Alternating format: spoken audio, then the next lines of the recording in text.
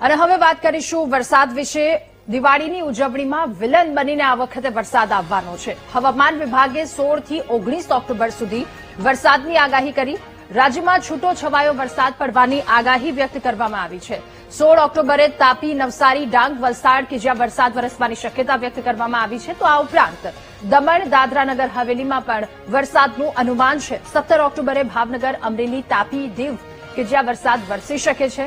આ સાથે ગીર સોમનાથ, નવસારી, ડાંગ, વલસાડ, દમણ અને દાદરાનગર હવેલીમાં પણ વરસાદની સંભાવના વ્યક્ત કરાઈ છે। 18 ઓક્ટોબરે ભાવનગર, અમરેલી, ગીર સોમનાથ, દીવ, તાપીમાં વરસાદનો વતારો, તો નવસારી, ડાંગ, વલસાડ, દમણ અને દાદરાનગર હવેલીમાં પણ વરસાદની શક્યતા વ્યક્ત કરાઈ છે। તારીખ 19 ઓક્ટોબરની વાત કરીએ। ભાવનગર, અમરેલી, ગીર સોમનાથ, દીવ, તાપી, નવસારી સહિતના અનેક વિસ્તારોમાં વરસાદની આગાહી વ્યક્ત કરાઈ છે।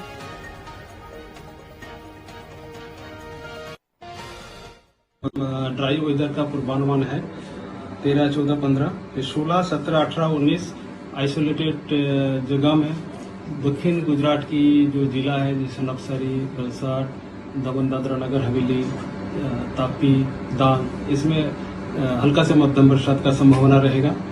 और जो सौराष्ट्र के क्षेत्रों में अगले 4 दिन 16 तारीख तक ड्राई रहेगा। उसके आगे 3 दिन 17, 18, 19 आपका हल्का से मध्यम बरसात का संभावना रहेगा आइसोलेटेड प्लेस है। इसमें मेनली अमरेली, भावनगर, गीर सोमनाथ और दीव के लिए रहेगा। તો રાજ્યમાં છૂટો છવાયો વરસાદ જેવી સંભાવના વ્યક્ત કરવામાં આવી છે। દિવાળી આ વખતે વરસાદ બગાડી શકે એમ છે।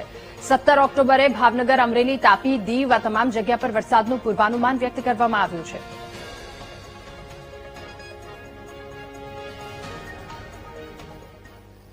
તો વાવ